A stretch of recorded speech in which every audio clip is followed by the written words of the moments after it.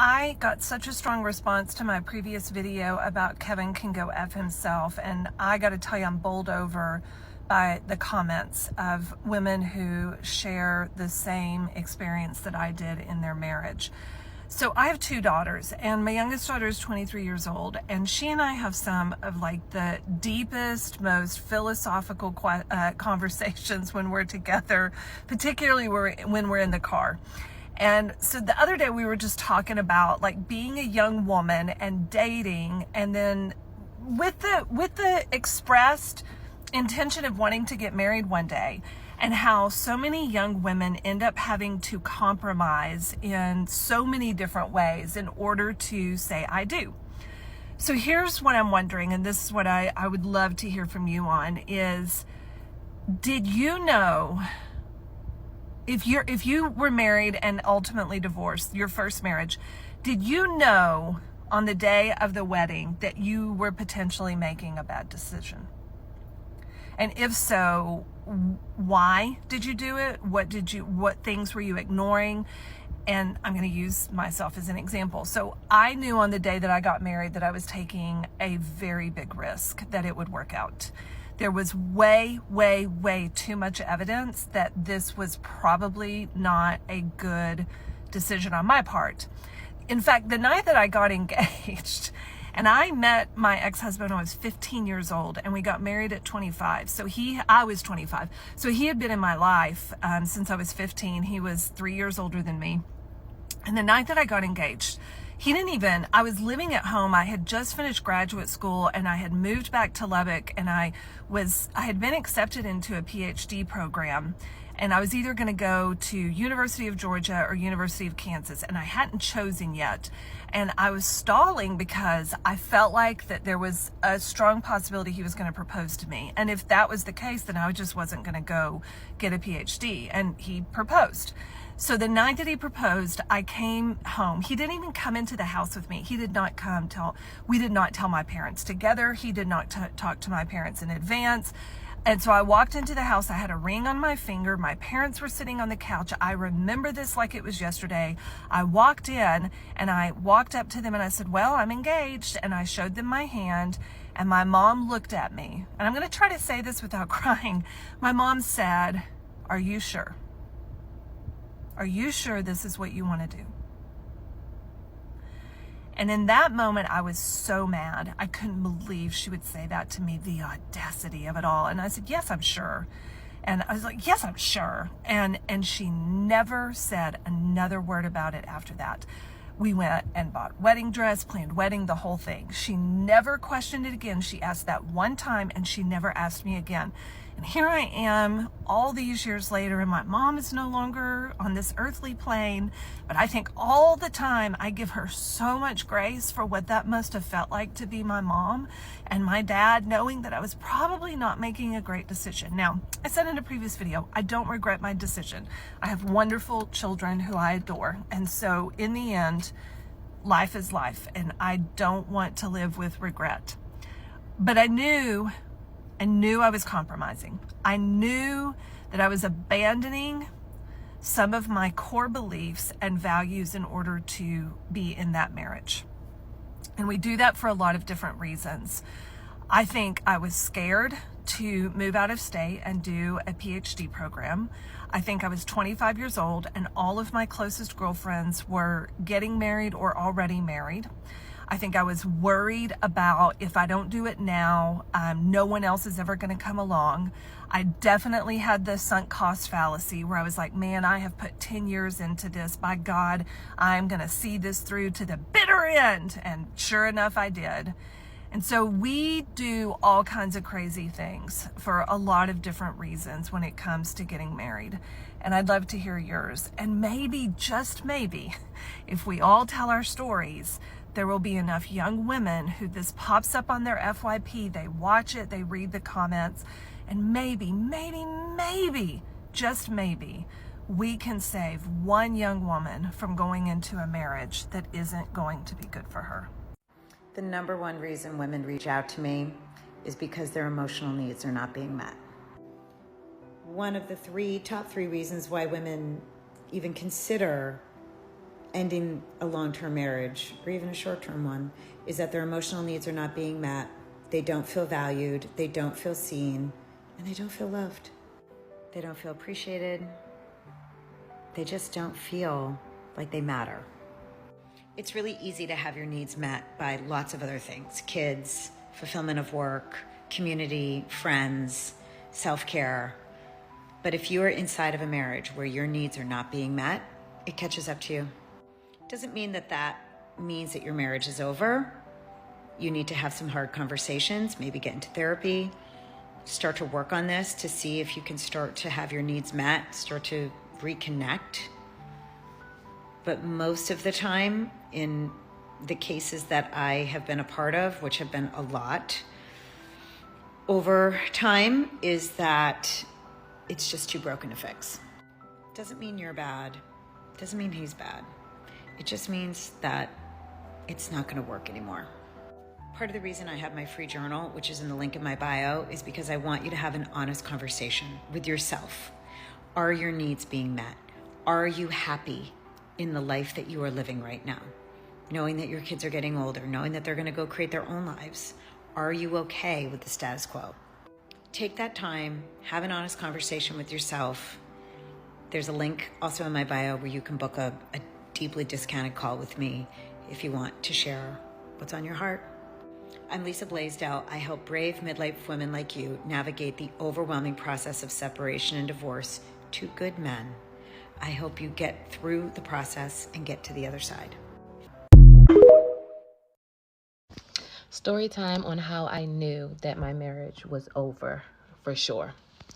All right, so 7 years ago, my husband's mother was murdered. Unfortunately, she met a guy in the alley and he stabbed her to death. Rest in peace, Ma. We love you so much and we miss you so much. But on March 28th of 2025, that's the day that she had died 7 years ago, we had a memorial.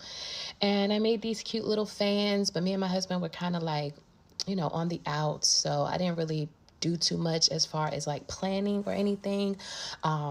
He just set it up with all his family and friends to meet at the location where she was murdered. And I made I got some popsicle sticks and got her face, a picture of her face, like cardboard cutout. They sell it on Amazon, but I just glued it onto the popsicle stick and it was like a little fan. So that's all I did. Usually, if we was on the good, we would have been known what restaurant we was going to. But anyway, I'm getting off topic. So we all meet up at the spot. My husband is still a little distant. People notice that me and him are not really how we usually are, but we're not there for that, so it doesn't matter. My cousin comes, his family comes, we're all together. We have the kids with us and everything. Probably about 20 people show up. And we eventually we all walk into the alley and everybody says something in memory of her. I read a gospel song, Be Encouraged, no matter what's going on. I read that. And then my husband spoke, and this is how I knew. They say, like, when you know, like when you know you're going to be with somebody, and when you know that you're not going to be with somebody, when you know, you know. So my husband proceeds to show love and thankfulness for every single person that was out there. And when I'm like the only one left, actually me and my cousin were the only ones left, he kind of looks around me and then proceeds to be like, yeah, and that's it. And then my cousin, who's highly offended because me and my husband have been together for 12 years. My cousin was actually married to my husband's cousin for 12 years. They're divorced probably like 4 years now. They've been divorced. So he's like in the family. He known my husband before I knew him.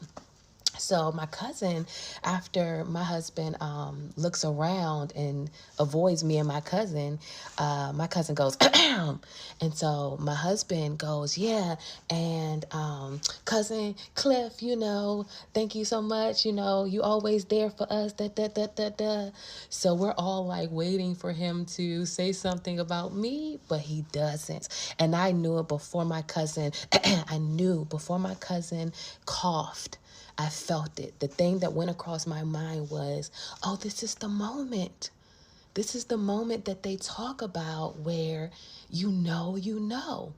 There is no way. And granted, it wasn't about me, but he went around to every single even the kids. He said something about the kids, his kids, our best friend's kids, our kids. He said something about every single person. And I'm just thinking in my head, like, oh my gosh, this is the moment that they talk about. Because my husband, the husband that God has chosen for me, he'd be like, babe, come here. Yes, we here, thank you guys. Everybody know Mal, like and I'm not saying I needed praises or anything like that, but he went around to everybody. And maybe it might not make sense to you guys, but it's that feeling where you know. So it was for me. But talking to our family members and stuff, they were all like, we thought it was very, very odd. Like immediately we knew like what's going on with them two. Like something is happening. Like he's not going to say nothing about Mal. Like she's been here the whole time. Like everybody was like, his best friend and his best friend's wife, they were pissed. I didn't even have to say anything to them. They were pissed. And as we were leaving, when we got in the car, he started to argue with me. He was mad that I was upset about it. I didn't even say anything to him. I was talking to our cousin, the one that was married to my cousin. I was talking to her and she was like, what's going on, cuz? Like, why he didn't? I'm like, girl, I think this man really want to leave me. And so she's like, oh my gosh, but we're whispering, we're talking off to the side. Everybody's having their own private conversations. That's what me and her is talking about. So when we got in the car, he asked, what were you and cuz talking about? And I was like, yeah, we were just talking about, and he was like, that was not the time. That was not the place. You're so inappropriate. You don't even know how to control yourself. You don't know how to have discernment and read the room. It wasn't about you. It wasn't about you. I'm like, this is crazy. So yeah, story time on how I knew that my marriage was about to be over. That was on March 28th of this year. He's been indifferent with me since about December of last year. But yeah, that's it.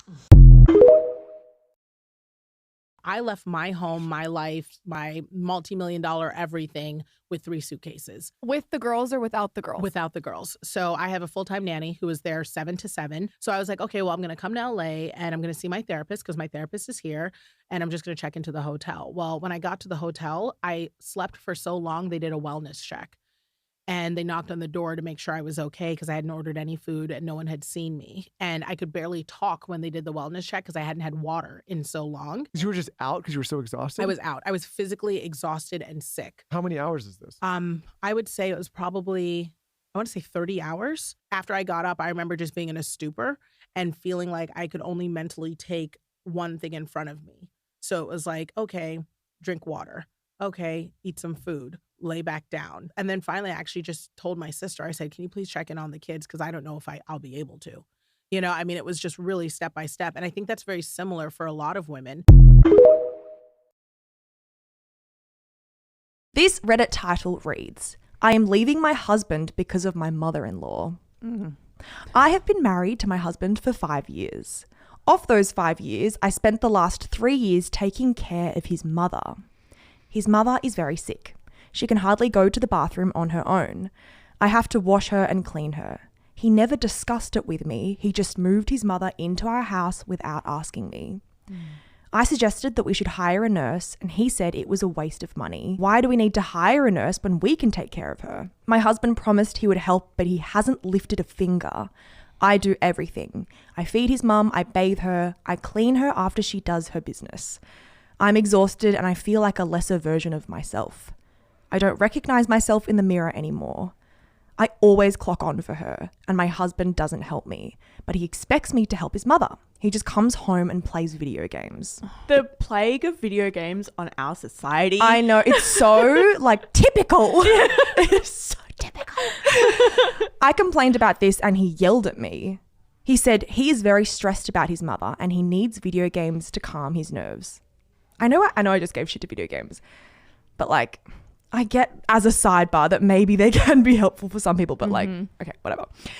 The only time I saw him do anything was his mum's birthday. We were about to start a family last year, but he said not now and has the audacity to complain that I do not look myself anymore. Oh.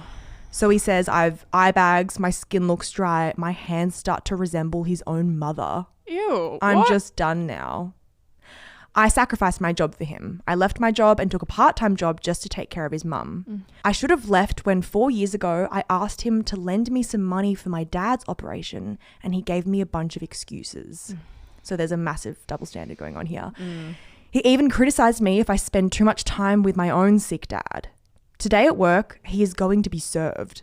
I've been planning my escape for a few months. I'm staying with a close relative. I have money saved. I'm glad I didn't have kids with this man. God. A whirlwind. Unfortunately, I feel like that is a bit of a common story. Yeah. A lot of women take on this role of carer, and because we don't value carers in society very highly, you end up feeling really, really burnt out. It's totally unfair. My thoughts are with this person. Like, I'm glad that at the end she's kind of like, I'm done. Yeah, she's like, he's being served. Yeah, which I don't think is always the case. Like, Yeah. sometimes people are so in it and drowning in it that they can't see that it's not right and that she's being taken advantage of. So props to this woman. Good for her.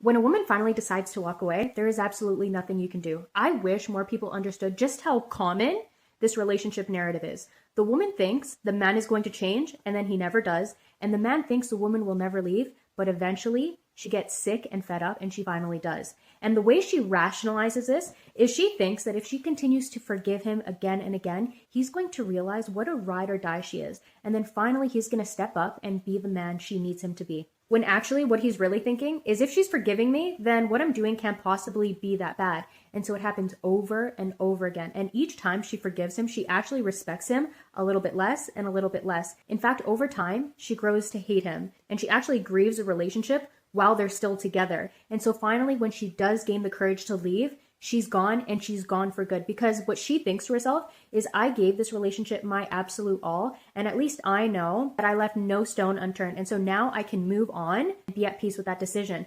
Where the guy will say, oh, she'll be back. Yeah, just like your dad with the milk. I don't fucking think so. When she's gone for good. She might have left the city. She might have even left the country. And then what happens is she swears off men. She's celibate for 6 months, a year, maybe even multiple years. And then she steps into her most powerful self. She's happy being single again. She's investing in her career, her friendships. She's just overall bossed up. And then, and only then, does the right guy come into her life, literally sweep her off her feet and treat her like a queen, because she won't tolerate any less. And she's learned her lesson. Every time. Every time. I interviewed 10 women who were married at one point that are now divorced, and I asked them what their biggest regret or realization was during or after the divorce, and these were a lot of answers that they all had in common. There was one answer in specific that all 10 women gave me, and that answer was, I wish I would have ended it a lot sooner. They said that they did literally everything in their power to hold the marriage together, and in the process of trying to keep one person so much, they ended up losing themselves. A lot of the women who I spoke to said that they wish they would have had the courage to confront the issues instead of just avoiding them and putting them off to the side for the sake of the marriage. Another realization that a lot of these women had was that they realized that being a wife doesn't define them as a woman. and they regretted not having a lot more autonomy. These women who were married at one point told me that their entire identity rested upon their role of being a wife to her husband, and every single thing that they did was in service to him. They were catering to him because they thought that that was their role as a woman. A lot of these women told me that it was an unhealthy dynamic because they had put their power into someone else's hands, completely forgetting about their own hobbies, interests, and passions in life. A few of these women also told me that they had wished they had taken accountability instead of finding somebody to blame and pointing the fingers at somebody else. They were so busy caught up trying to find someone to blame instead of looking within. One of the women who told me that was 46 years old. She got married when she was 21, so she was fairly younger and more immature. But she told me that she realized in order for things to work out, both parties must take accountability, and she said she never really did. So that's one big realization as well. Another huge regret from a lot of these women was that they wished they would have stood up for themselves when necessary. They were too busy validating their husband's emotions, his feelings, his wants, his needs, his desires, putting him before her, and in the process they were neglecting their own needs, their own wants, their own desires, and their own feelings, to the point where they began shrinking themselves and feeling invisible. And 6 out of those 10 women who I interviewed said that their biggest regret in marriage was marriage. They regretted getting married because they had this idea of being a traditional wife to a traditional husband, where they didn't realize how much they were going to neglect themselves and put the husband in superiority to everyone in the house. I asked these 6 women if they would ever consider remarrying ever again, and they all said no. They would not marry ever again because it was too draining, and they're not willing to go through something like that ever again in their lives. This is the story of the day that I left my husband. So there is another video that I posted explaining that there was no big final straw with narcissist. It's like all the story times that I'm doing, it's all of these things leading up to this moment of just completely controlling me, verbally and mentally abusing me, just a bunch of stuff. And the main thing was that I didn't want my son to grow up in this environment. So my son was about a month old, and I had been planning this since the day he was born, because I really had like a realization moment of, yeah, no, my son's not going to be a part of this. This is stopping with him. Like, he will not grow up and be the same as his dad. So I like planned this conversation and this date, and of course I had chickened out so many freaking times doing this, but I was like, okay, no, this is the day you're going to do it. I called my parents and told them what I was doing, just for like accountability, so I didn't chicken out again, because I was like, well, you told your parents you're going to do it, so now you're going to do it. And they were expecting me to come the next day. It was like a whole thing. And it was just like a perfect storm of like, he got home from work and he was pissed at me for who knows what reason. He was just mad at me that day. And I was like, yep, you're going to do it. Like, this is just proving that you are in the right and you are going to do this. So that night, it was maybe like 7, 8 o'clock. I was like, hey, I really need to talk to you. And I sat him down and I told him like some like reasons, which were valid reasons, but it's like, I don't have time to explain to you every single story of why I'm leaving you, because number one, you'll disagree and say it was my fault. But I just told him like a couple of things, like, you never make time for me, you treat me like I'm stupid, like just stuff like that. Of course, he completely disagreed and was like, I'm done having this conversation after like 3 hours, and slept on the couch. And I went to sleep that night. Of course, I was very emotional, cried all night, but I was like, nope, you're gonna stick this out, you're gonna do it. So the next morning I got up and I packed a suitcase, and the whole time he's talking to me being like, I just really feel like you're overreacting, like, come on, like, we can work through this. Because again, like, I wasn't leaving thinking I'm getting divorced. I really was like, we need time apart. He needs to realize that I'm serious about all these things that I'm saying. And I told him that too. I was like, no, we really need some time apart. Like, this time, like, I'm actually going. And I did. And I met my sister like 30 minutes away for breakfast, and then drove the rest of the way to my parents' house, which was like another hour and a half. And as soon as I got to my parents' house, I completely lost it and bawled my face off for like an hour. So it was a very hard day, but it was so worth it.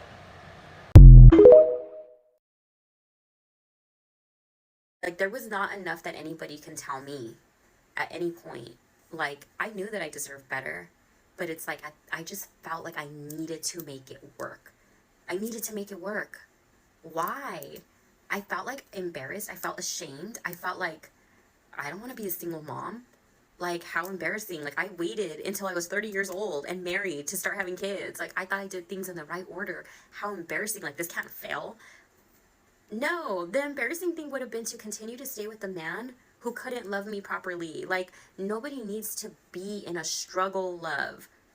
Like, I don't, like, ride or die my fucking ass. Like, goodbye. Like, it doesn't need to be that. It doesn't need to be that. Like, you deserve to be loved properly from day one. You know what I mean? When I first left, when I first kicked him out, I still had a little bit of hope. Like, even though I knew that was not the life that I wanted, I'm like, maybe if he just gives his life to God and gets a sponsor and goes to therapy and all this stuff. But I'm like, that's not my journey.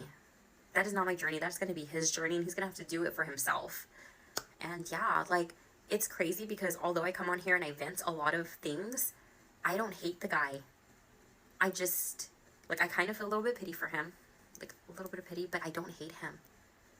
I don't hate him. He's still the father to my children. He's a very broken person. That doesn't make any of his behavior okay. I'm not saying that. I'm not saying anything. But I just see him. He's a broken person. But he's not my broken person. Like, that's not my journey anymore. But yeah, I don't know. If you're going through something like this, like, I hope, because I'm still in the midst of it. You know what I mean? But I can tell you I'm way, way happier and in a better place than I was when I was in that marriage. We're still navigating, obviously, this co-parenting thing, and obviously he's a very toxic person with a lot of other things going on. So my life is not perfect by any means, but I know that it's only going up from here. And if I would have stayed with him, it would have been the pits of hell forever. So if you're in a situation like that, you're going to leave when you feel ready to leave. And I know even me making this video is not going to be like, oh yeah, like, I'm ready now. It took me years to finally snap out of it. You'll snap out of it too. But yeah, okay, so this video may be all over the place, and I do apologize. If you are new here, my name is Danielle. I am a mom of 3, a newly single mom of 3. I was married for 8 years, and it's crazy because the person who I was married to is an alcoholic. And I think because alcoholism runs in my family, I was very understanding and very empathetic to his disease. However, I wish that I wasn't so empathetic. I wish alcoholism didn't run in my family, and I wish I would have seen things in black and white for what it was. Maybe I would have got out of the relationship a lot sooner. The reason why I say I wish I didn't know is because it kind of left me a little hopeful. You know, with my mom going to her meetings and things like that, she would, you know, kind of be a little bit hopeful for my ex, and she would say, like, you know, like, I hear these, like, amazing stories of, like, these people who, like, turn their lives around, you know, but sometimes it takes losing everything for them to turn their life around. And I was never ready to walk away from him. I was never ready to walk away from my marriage. And one day it just finally clicked that nothing was going to ever change. If I didn't change the circumstances, nothing would ever change. I feel like women know that it takes a lot for us to walk away, and we will not be done until we're actually done. But once we're done, we are done. I don't know a woman who has walked away from a relationship who was still willing to make it work. You know what I mean? And that's kind of what happened, is that I stayed until I wasn't in love with him anymore. And yeah, I wish I wasn't, like I said, empathetic to the disease, because I let a lot of things slide. And then one day I just realized that, like, not everything fits into that box. Not everything is because of his alcoholism. I would see him for the very broken person that he was, and I would feel bad for him. However, I finally realized that somebody can be an alcoholic without being abusive. Like, they don't need to be abusive. You know, maybe they have their own struggles with addiction, but they don't need to drag you down as well because of that addiction. There was a lot of projection, a lot of everything that they would say about me. It was really how they felt about themselves. One time I did go to an AA meeting with my mom. I remember one of the speakers saying, "Let go or continue to be dragged." And I remember just, like, feeling that, like, in my soul. Like, let go or continue to be dragged. And I remember that meeting I went to was in 2021. And I didn't leave my husband. I shouldn't even say leave. I kicked him out basically with a restraining order. But, like, until three years after that. I don't know. Sometimes there's just lessons that we need to learn.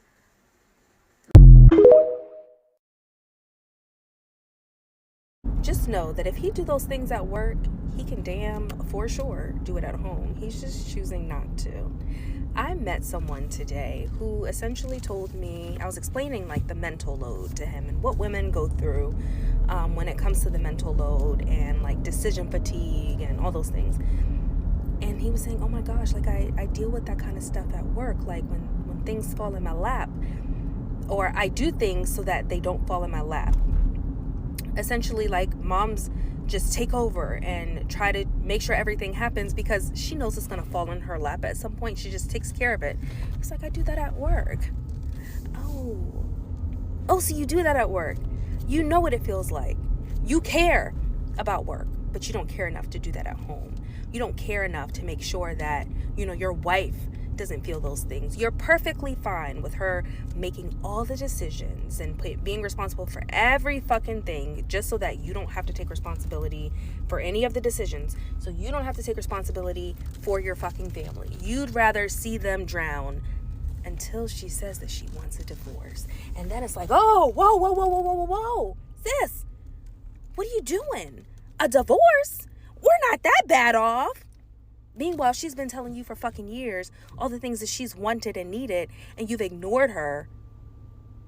She's told you, hey, can you do this? Very simple thing. Hey, can you do this? Very simple thing. And because you start to do those simple things, you think that she's just not going to just leave you still because you feel like you've measured up. You feel like you've done all the things. You think because you guys have been in it since you were 15 that she's not going to leave. Guarantee you it's only a matter of time, because if she had to push you to go to therapy, she's going to have to continue to push you. You're incapable of pushing yourself because your ego, because you don't feel confident in your decisions, because you want to blame everyone for the outcome and you don't want to be the blame. Men have become exhausting for a lot of women, and this is why a lot of women are choosing to get the fuck out of Dodge. If you are one of those women who have been contemplating getting the fuck out of Dodge, but you don't know the steps to take, my ebook, Get the Fuck Out of Dodge, is a whole plan. All the questions that you need to ask yourself before leaving to know if you have everything set, to know what you still need before you leave. It's in my bio. Go grab it, sis. Why did I leave my husband? I don't know exactly how to explain it because it wasn't something that just happened overnight. People thought I had a good marriage. My husband was charming, supportive, sending me gifts at work and flowers. It looked like I had a wonderful husband, a dream husband. But behind closed doors, there wasn't room for my wins, for our kids' wins. Holidays? Hell. If I were to ever express my feelings or say, when you did this, it made me feel this way, it would always end in an argument with me being fat, me being ugly, me being a dumb bitch. I started living to keep the peace, because if I didn't keep him happy, then the kids didn't have peace. But keeping him happy took me away from my kids. I buried my laugh, my goofy dancing in the kitchen while we're baking. I buried my peace. I became a bedroom mom. Just stay quiet. Keep the peace. That's all I kept saying. Just keep the peace. But one day I woke up and I said, I'm not begging anymore. I asked one thing of you. I was on my knees, praying in pain. My tooth was hurting so bad. And you just looked at me and said, hey, when you're done with that, you want to start dinner?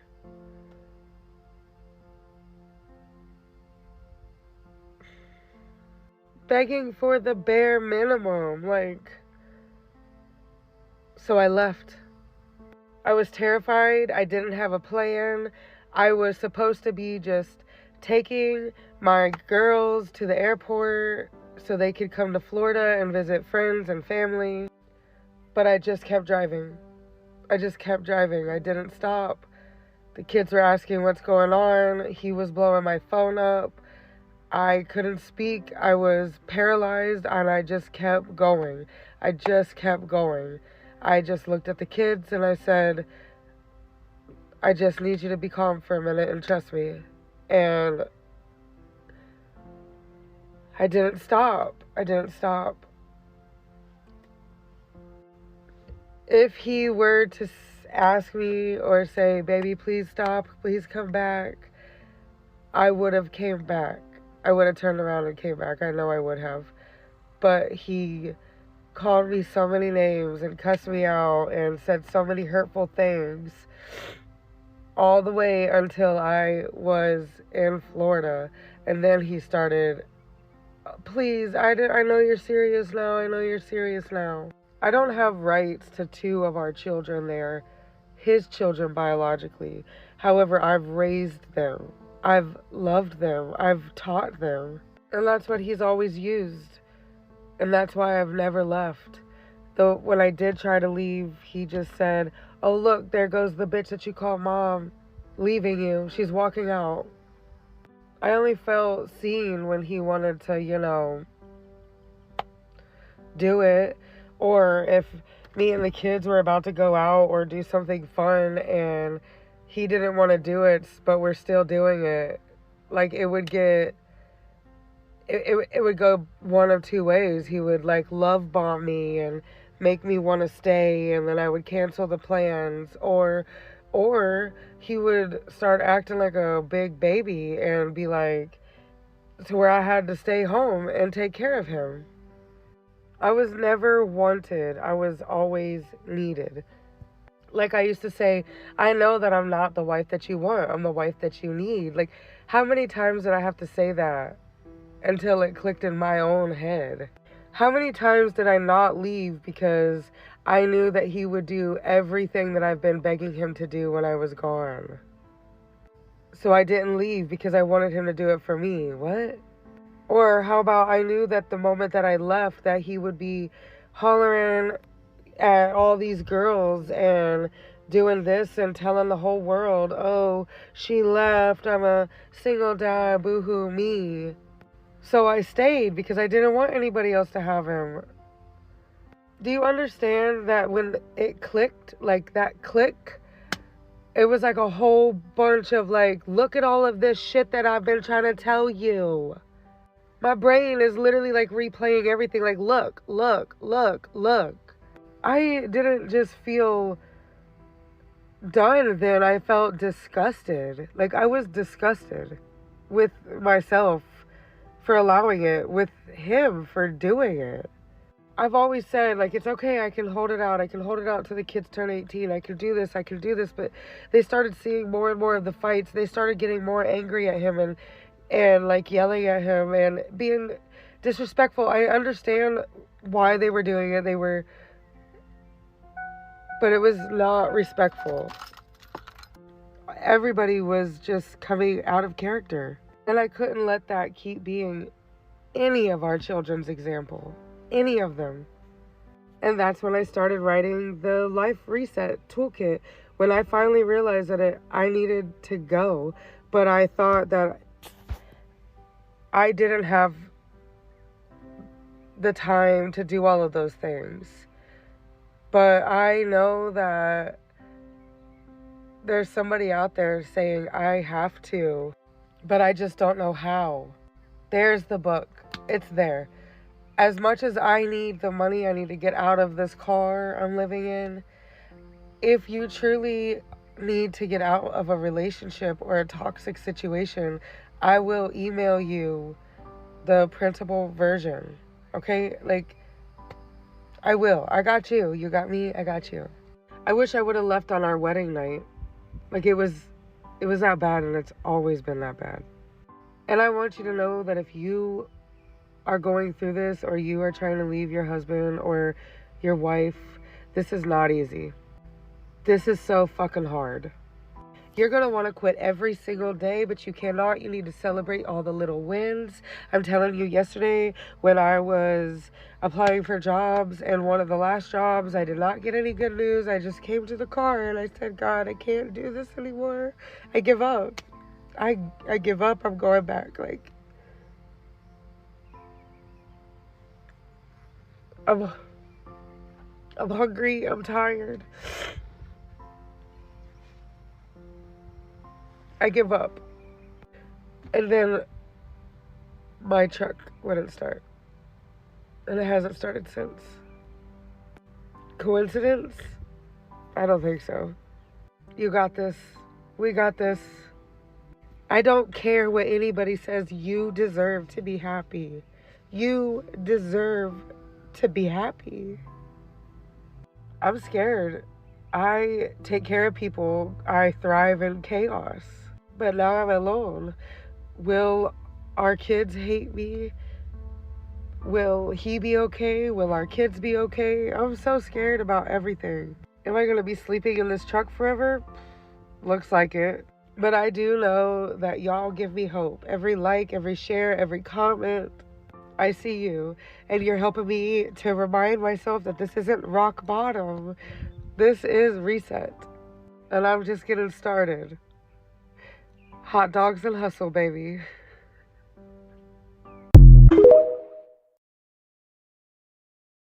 So why am I getting divorced after a year and a half?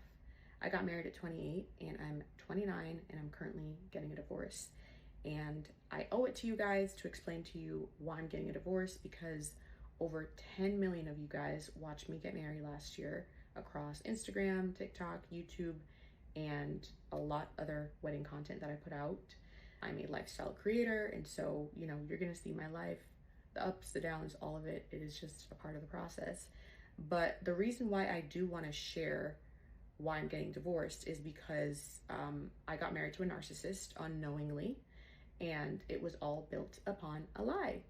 And I started talking about this on Threads and on my Twitter account, and I shared some of that to my Instagram stories. And since sharing that, I've gotten hundreds of DMs from women who are in the same situation or who have been in that situation. And so many of them have told me, I'm so grateful that you've been talking about this and that you've been transparent about this, because I didn't have the strength to leave. Now that I'm seeing that you are leaving so soon as well, I'm now inspired to leave. I do want to talk about this specifically when it comes to the narcissistic abuse part, because you don't even realize it's happening to you while it's happening to you. For so many of us, we just didn't even know what was happening while it was happening. I'm going to share as much as I can. And I think it's also important for us to remember that there's a difference between narcissistic personality disorder and having narcissistic traits, okay? Those are two different things.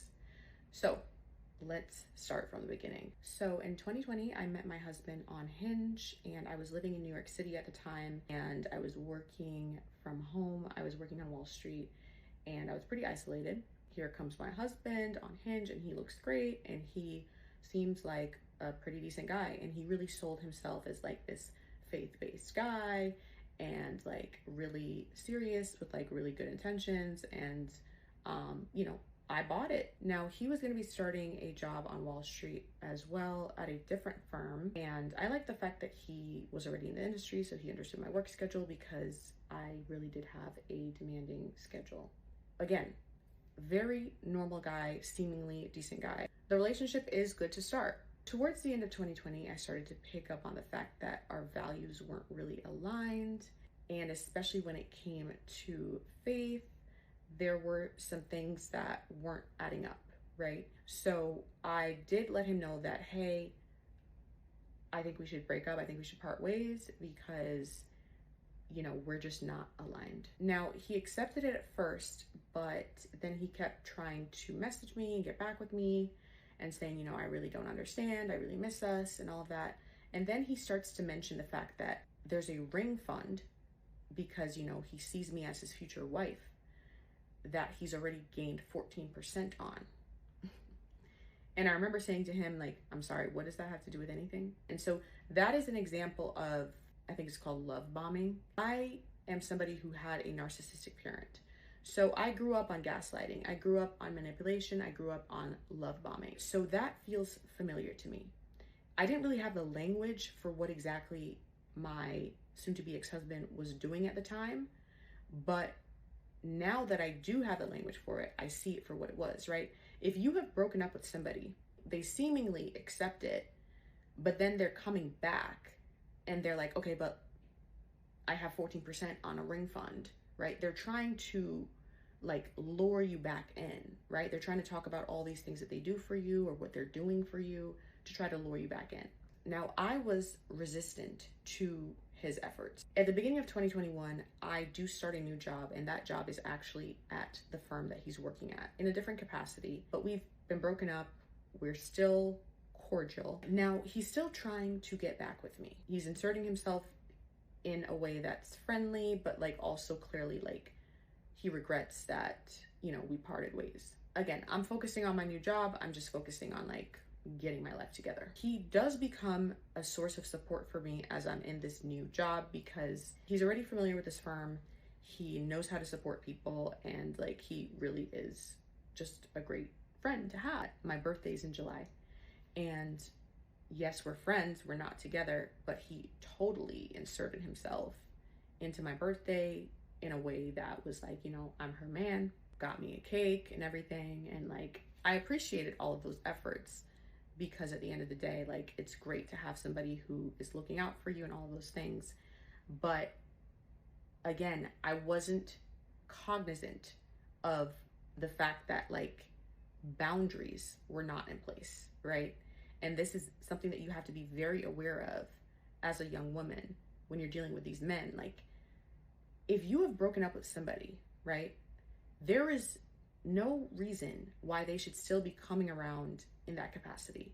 And if they keep coming around under the guise of friendship, right, because they love and care about you deeply as a friend, you need to be very careful.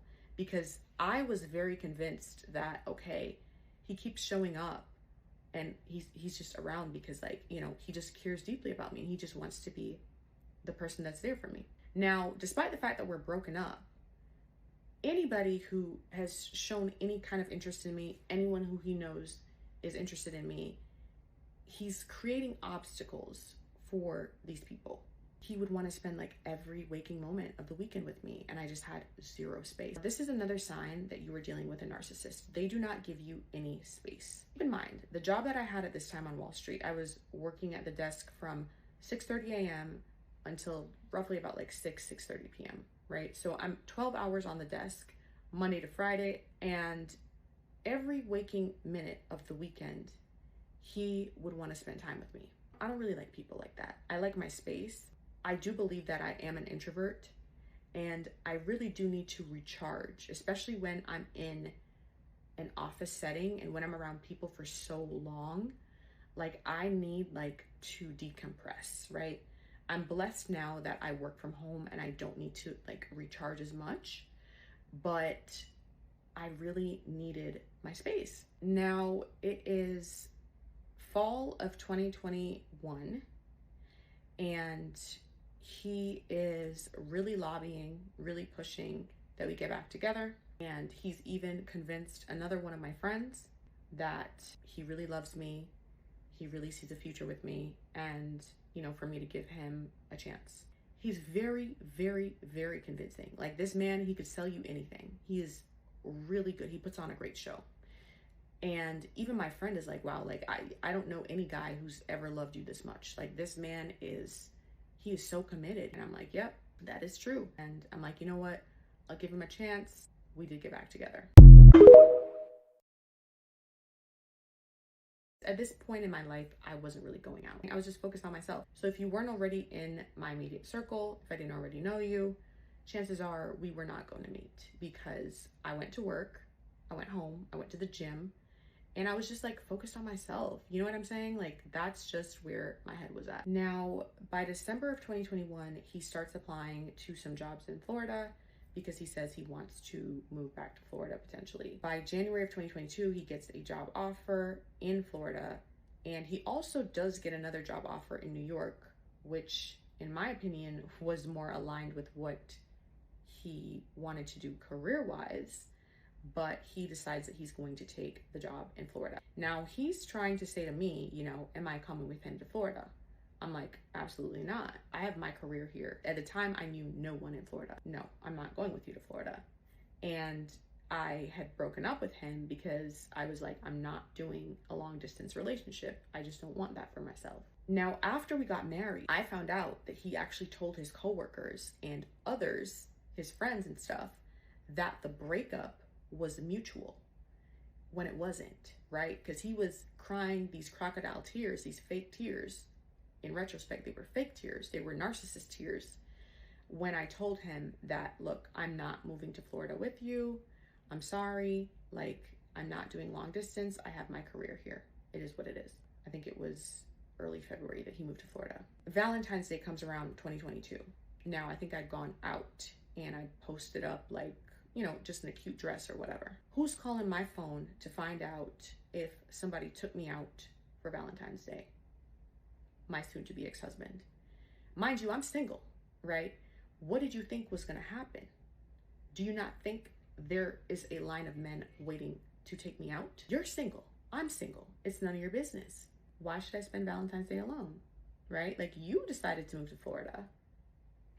I am living in New York. I'm gonna enjoy myself. You know what I'm saying? I tell him, look, you need to calm down and you need to focus on your life in Florida. There are a lot of baddies in Florida, right? Focus on the baddies in Florida. Let me live my life, right? Period. He's upset. He's not happy with it. It is what it is. Now, we didn't really talk for a while. I want to say like maybe about a month and a half, because I'd kind of cursed him out and I was like, look, you need to stop calling my phone. You need to leave me alone, like boundaries. He starts to weasel his way back in after a couple months of 2022 from the friendship angle. I started to post on TikTok in May. My first video that went viral on TikTok happened in the end of May. And in June of 2022, an anonymous account is created on Twitter. It has no posts.